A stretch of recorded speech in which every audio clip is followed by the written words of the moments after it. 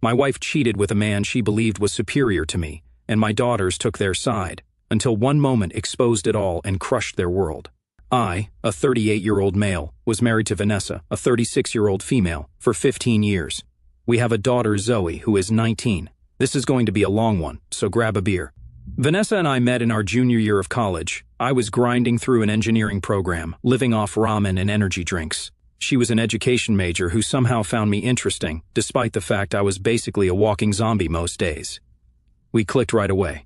She was outgoing, organized, and actually laughed at my terrible jokes. I was the quiet, planning-ahead type. Somehow, it worked. After graduation, we got married at a small venue with maybe 50 people there. Her parents helped a bit, but we paid for most of it ourselves, since my folks weren't exactly rolling in cash. 2 years later, Zoe came along. Perfect timing, actually. Vanessa had just finished her teaching credential, and I'd landed an entry-level engineering gig at a firm downtown. The pay was decent for a starting position, about $48,000, but the hours were absolutely brutal. 60 to 70-hour weeks were standard. Sometimes I'd be at the office until 2 in the morning during crunch periods. Vanessa and I talked it over and decided she'd stay home with Zoe rather than pay for daycare. It made financial sense, since childcare would have eaten most of her teaching salary anyway, and we both wanted a parent at home. Those first few years were tough but good, you know? We had this tiny starter house in a decent school district. Nothing fancy, 3 bedrooms, 1.5 baths, needed work, but it was ours. I'd come home dead tired, and Vanessa would have dinner waiting. She'd give me 30 minutes to decompress, then hand me baby Zoe for daddy time while she cleaned up. Weekends, I'd take care of Zoe so Vanessa could have a break, and we'd do house projects together during nap time.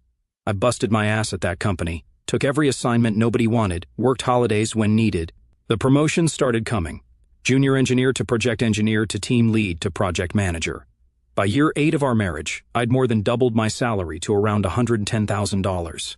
We were able to move to a better house in a nicer neighborhood. Nothing extravagant, but definitely an upgrade. 4 bedrooms with a yard for Zoe to play in, good schools nearby. I remember the day we closed on that house. Vanessa was crying happy tears, saying how proud she was of all my hard work. We talked about our future plans, how we'd pay it off early, maybe get a vacation cabin someday, how we'd help Zoe through college so she wouldn't be drowning in student loans like we were. I felt like the man that day, providing for my family in a way my own dad never could. Zoe was a total daddy's girl back then. Even with my insane hours, I made sure to carve out time for her. She'd wait by the window for my car to pull in, even if I got home at 9 in the evening. Weekends were our time. I taught her fishing at this little pond near our house, how to change a tire when she was like 10. Kid had tiny hands, perfect for getting to those lug nuts. Helped with math homework. We did science fair projects together 3 years running, built these cool volcano models that actually worked. One got first place every time. Our marriage wasn't perfect, don't get me wrong. We had fights. Sometimes I missed important stuff because of work. Vanessa would get pissed that I was emotionally distant or always working, but we always worked it out.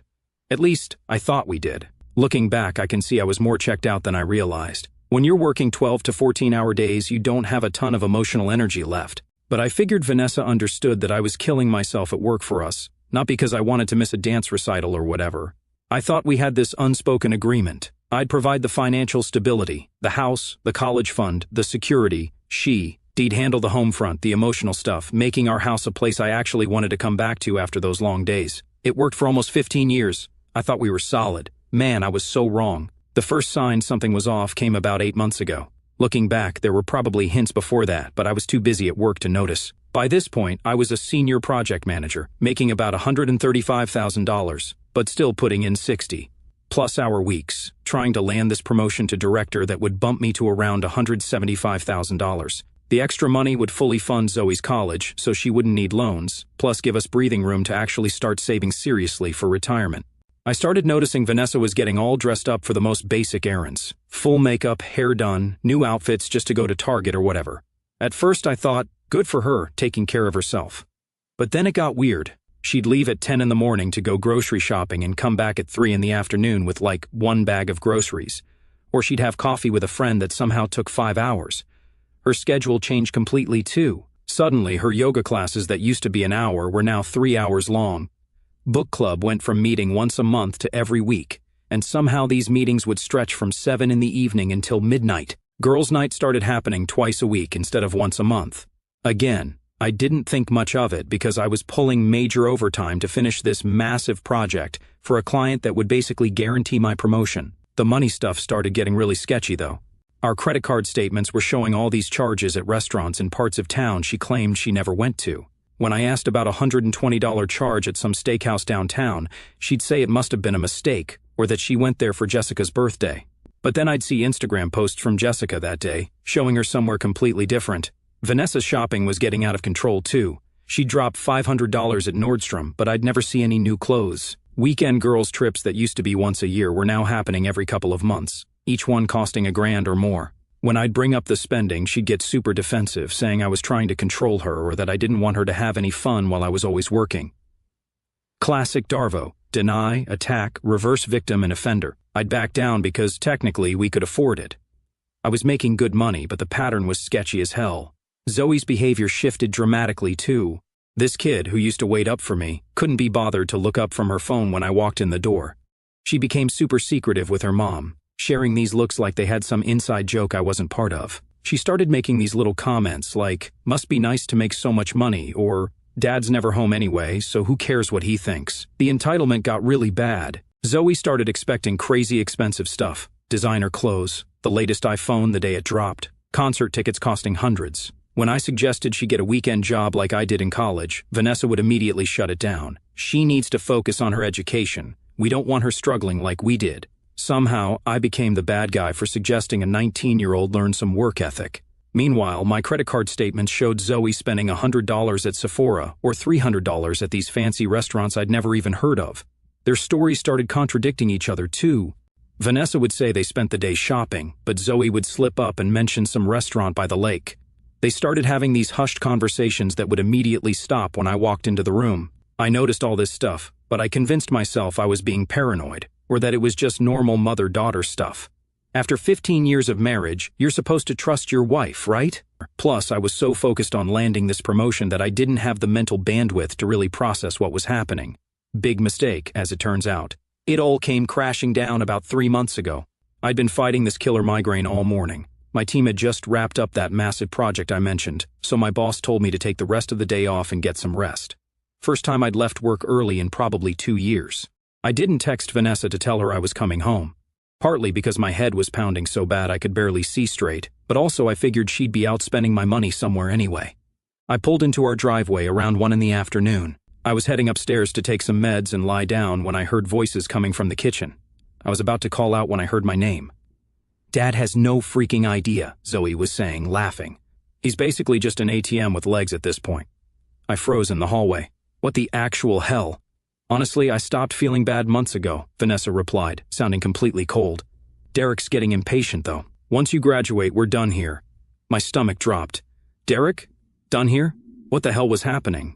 "God, Derek is so much better than Dad," Zoe continued. "Like actually fun instead of just work-obsessed. What a chump dad is almost a year of this and the idiot still hasn't noticed a thing," Vanessa said with this laugh that made my blood run cold. "Too busy making money for us to spend. Derek said we could stay at his lake house next month," Zoe added. "Dad won't even notice we're gone." "Not if he keeps working himself to death for us," Vanessa replied. "Best sucker ever." I stood there, completely frozen, like someone had just poured ice water down my spine. 15 years of marriage, 19 years of fatherhood, all my 60 to 70-hour work weeks. All the missed vacations, all the stress and sacrifice, reduced to being their personal ATM. The two people I'd given everything for were literally laughing at me behind my back. It felt like someone had punched a hole straight through my chest. That migraine suddenly didn't hurt at all compared to what I was feeling. I'd spent almost 2 decades killing myself at work to provide for these people, and in return they were mocking me and plotting to leave once they'd squeezed everything they could out of me. And who the hell was Derek? Some guy my wife had apparently been seeing for almost a year while I was working overtime to fund her shopping addiction and my daughter's college tuition. The same college where she was apparently learning how to be a gold-digging backstabber, just like her mom.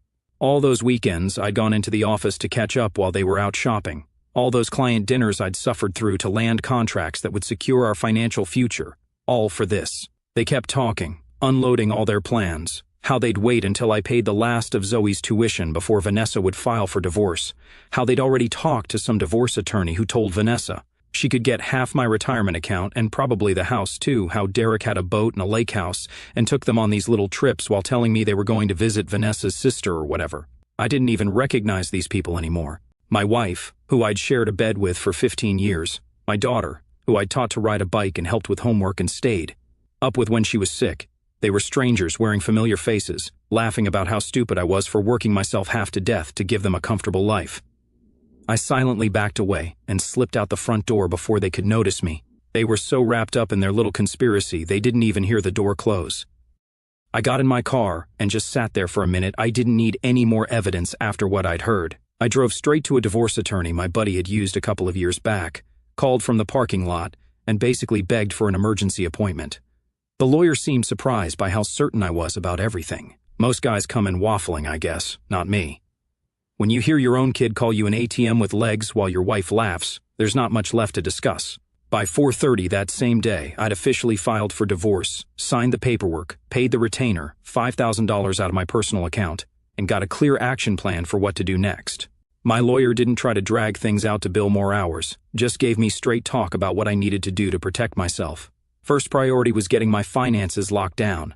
I spent the next week methodically separating everything, opened new accounts at a completely different bank where Vanessa and I had no history, transferred most of our savings into my new personal account, left about $2,000 in the joint account so they wouldn't immediately notice something was wrong, called all 4 credit card companies and reported the cards as compromised, had new cards sent to my office instead of our home, put strict limits on the remaining joint card, $500 max, which would be enough for groceries and basics but not Vanessa's usual shopping sprees, changed the direct deposit for my paychecks to the new account, called my 401k provider and made sure they had extra security questions on the account, documented all our assets, took photos of everything valuable in the house, made copies of all financial statements, downloaded all bank records showing the regular pattern of Vanessa's excessive spending over the past year. Vanessa had been systematically siphoning money from our joint account into a separate account I didn't even know existed.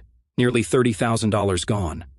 When I showed this to my lawyer, he just said it would work in my favor in the divorce proceedings. She's been planning her exit strategy on your dime, he said. Judges don't look kindly on that. The hardest part was coming home each night and acting like everything was normal. I'd sit at dinner, listening to Vanessa talk about her day. Yoga was so intense today. Yeah, right, 3-hour yoga, sure. I'd watch Zoe texting under the table, both of them completely clueless that I knew what they were doing. I'd nod at the right moments, ask about their plans for the weekend, even approved an expensive shopping trip for Zoe that weekend, knowing it would be the last one I'd ever fund. They didn't notice anything different about me, just the same old predictable dad, husband, too focused on work to see what was happening right under his nose. At work, I started quietly getting my affairs in order too, spoke to my boss about taking some personal days in the coming weeks, started documenting all my projects and creating transition plans in case the divorce got messy and affected my job performance. My boss could tell something was up but didn't push, just told me to take whatever time I needed. I also took the time to carefully read through our mortgage documents, car loans, everything. Turned out the house was in better shape than I thought. I'd bought it before our marriage and had made every payment from my income, so my lawyer was confident I could keep it. Both our cars were paid off, but mine was in my name, while hers was joint. Another thing to sort out. After a full week of preparation, I was ready. I waited until after dinner on a Friday night, when I knew both Vanessa and Zoe would be home. Zoe had come back from college for the weekend, supposedly to do laundry, but probably to hit me up for more money. I called them both into the living room, turned off the TV, and sat down across from them, like we were about to discuss vacation plans or something. 15 years of marriage was about to end. I was finally taking back control of my life from people who had been playing me for a fool. So, I said, casually, like I was about to comment on the weather, filed for divorce last week. Thought you should know. The look on Vanessa's face was absolutely priceless. Pure shock, followed by confusion, then panic. Zoe froze mid-text, her thumbs hovering over her phone screen. The silence in the room was so thick you could have cut it with a knife. You what? Vanessa finally managed to say. I leaned back in my chair, completely relaxed. Divorce. You know that thing that happens when your wife is screwing some dude for a year while your daughter cheers her on? Vanessa went pale as a ghost. Zoe looked like she might throw up. I don't know what you're... Vanessa started. I cut her off with a laugh that probably sounded a bit unhinged. Save it. Seriously. I heard you two in the kitchen last week. How I'm just an ATM with legs. How Derek is way better than boring old dad. How you're planning to bail after graduation. By the way, solid life plan. Truly inspirational. Dad, Zoe started, but I cut her off too. Not finished, I said. I wasn't yelling, wasn't even particularly angry anymore, just done. The problem with conspiracies is they're hard to keep quiet in your own house. So let me lay out how this is going to work, I continued, my voice calm. The divorce is filed, already done, non-negotiable. I've moved most of our assets where you can't touch them. But don't worry, I left $2,000 in the joint account. That should cover what, half a month of your regular shopping? What? But you can't just, Vanessa stammered. Actually, I can. And I did, I smiled. Before you start with the excuses about how I work too much, or I'm emotionally unavailable, or whatever script you've prepared, save your breath. When you decided to cheat instead of communicate, you lost the right to that conversation. The tension in the room was heavy. Zoe, probably realizing her college fund was in serious jeopardy, decided to try a different approach. You're overreacting. Mom deserves to be happy, and anyway, Derek is… Let me stop you right there, I said. I don't care about Derek. This isn't about him. This is about respect and honesty, two things neither of you seem to understand. Vanessa was crying now. It would have broken my heart a week ago. Now I just felt nothing. What do you want me to say? She sobbed. That I screwed up? Fine, I screwed up. But you haven't been emotionally present for years. You're right about one thing, I said. I have been too focused on providing and not enough on what was happening in my own home. My bad. Lesson learned. I then laid out the reality of their new situation with cold precision. My lawyer had walked me through the likely division of assets based on our state's laws. The house would likely stay mine, since I'd purchased it before marriage and made all payments from my income. The vacation property we'd bought 5 years ago would probably be split, but given Vanessa's documented financial misconduct, I had a good chance of keeping that too. We each would keep our own vehicles. The retirement accounts would be the main battleground, but even there my lawyer was confident we could limit the damage. You can't just cut us off financially, Zoe blurted. What about my senior trip? What about tuition for next semester? I looked at my daughter with something between pity and disgust. This kid I'd read bedtime stories to for years, who I'd taught to ride a bike, who used to wear my old college sweatshirts to bed because they smelled like me, now a stranger. Actions have consequences, I said simply. You called me a wallet. Congratulations, you just found out wallets have locks. You want money for extras? Get a job like I did at your age. Vanessa tried a different tack, switching from tears to bargaining. This isn't fair to Zoe, she's just a kid. She shouldn't suffer because of our marriage problems. I actually laughed at that one. She's not a kid. She's 19. Old enough to laugh about her dad being a financial doormat. Old enough to keep your affair secret, to plan her escape on my dime, and definitely old enough to learn that actions have consequences. The rest of the night was a blur of tears, accusations, and failed attempts at manipulating me. Zoe stormed off to her room, slamming the door. Vanessa tried every angle. Anger, more tears, guilt trips. I slept well that night for the first time in years. Despite everything, I was at peace. Better yet, I was finally calling the shots in my own life. The next few weeks were tense as hell. We established this weird, awkward coexistence in the house. I started working longer hours again, not because I needed to, but because I wanted to avoid being home. When I was there, Vanessa alternated between tearful apologies and silence, depending on which approach she thought might work that day. Zoe went full-on teenager, slamming doors and giving me death glares across the dinner table. I stuck to my guns on the financial restrictions. Zoe had a complete meltdown when her credit card wouldn't cover the $400 prom dress she wanted. She came storming into my home office while I was on a work call. "This is bullshit," she yelled. "How am I supposed to go to formal now?" "You could get a weekend job at the mall," I suggested. "They're always hiring at the food court."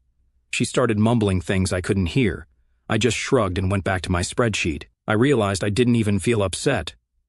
It's weird how quickly someone can become a stranger to you. The divorce proceedings moved forward like clockwork. Vanessa hired her own attorney, this lady who apparently specialized in getting women what they deserve. Her first move was to file a counter-petition, claiming she deserved more due to her years of unpaid domestic labor and my emotional abandonment. She tried to paint herself as this long-suffering housewife who'd been forced to raise our child alone while I was off making money. I didn't even blink. My lawyer was a complete shark. He'd already documented everything. The affair, long story short. We found months of messages between her and Derek using our shared iCloud, and found emails that confirmed everything. The stolen money, the secret account. 2 days after Vanessa's counter-petition, the judge rejected most of her claims based on the evidence of her infidelity and financial misconduct. I kept the house, as expected. Kept my car, my $401k, minus a smaller-than-expected settlement to Vanessa, and our vacation property. The judge ruled I'd paid for it with my separate income, not marital funds. Vanessa got her car and a small portion of our savings. Good for me.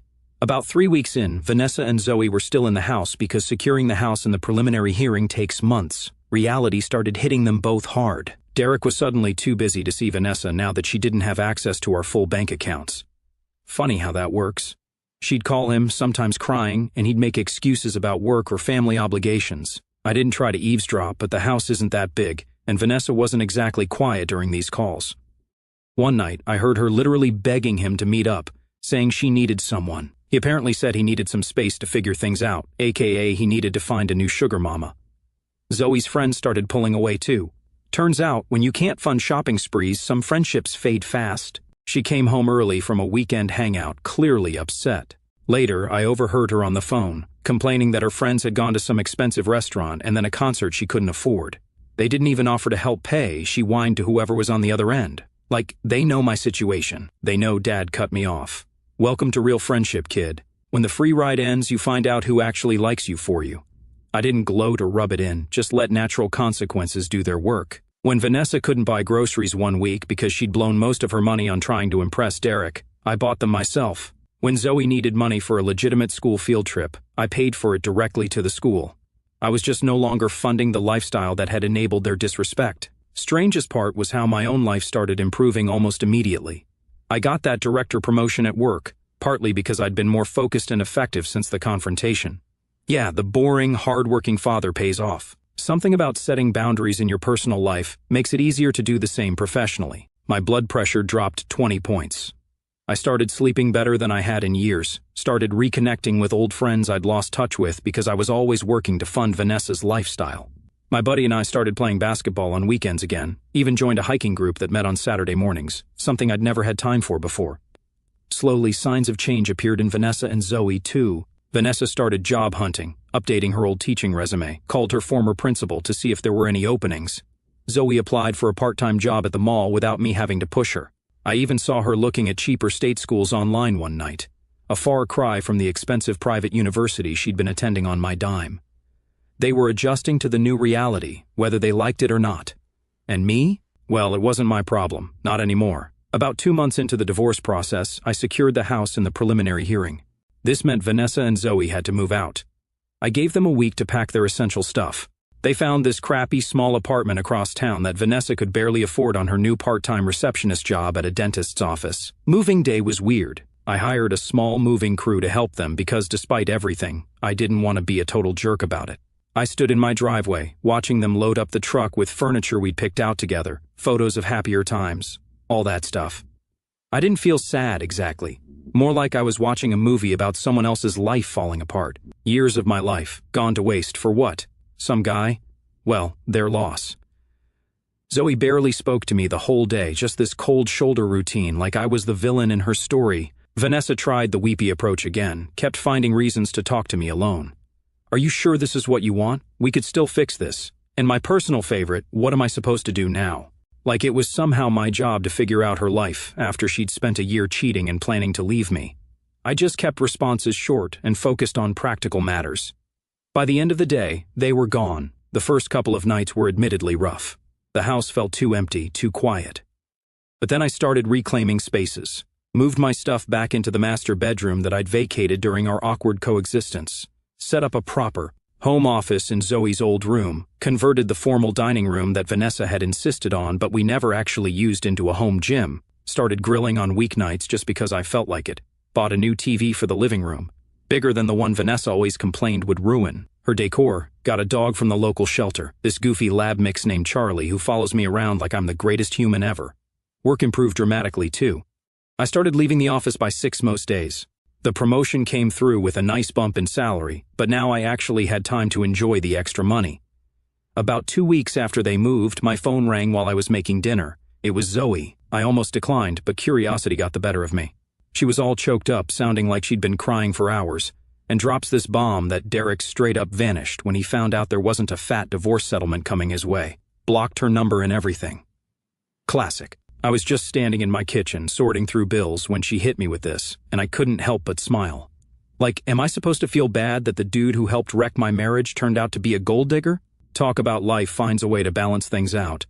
Vanessa is apparently falling apart over this, and Zoe seemed genuinely shocked when I didn't immediately rush to comfort them. There was this awkward silence, and then Zoe mumbled something about how they didn't think, which is exactly the problem, isn't it? Not going to lie, there's a certain satisfaction in seeing karma play out in 4K. She hung up. Since that day, she stopped calling. It's been 6 months since the divorce was finalized, and my life has done a complete 180. I'm down 30 pounds from hitting the gym 4 times a week. Money situation is night and day too. With just myself to support, I'm banking more than ever. The house is totally different now. Renovated the kitchen Vanessa complained about for years, converted Zoe's room into a killer home office with triple monitors for gaming. My good boy Charlie goes absolutely nuts when I walk through the door every day. Meanwhile, Vanessa and Zoe's lives have gone to complete hell. Through mutual friends, I heard Vanessa got fired from her receptionist job for constantly calling in sick. She's working at a convenience store now. Zoe had to drop out of her fancy college when the tuition bill came due. What can I say? Karma's a bitch. Then came this morning. I'm just minding my business when there's a knock at the door. Lo and behold, it's Vanessa, looking like she just crawled out of a dumpster. She hits me with that classic, "Can we talk?" lying while trying to peek inside what used to be her house.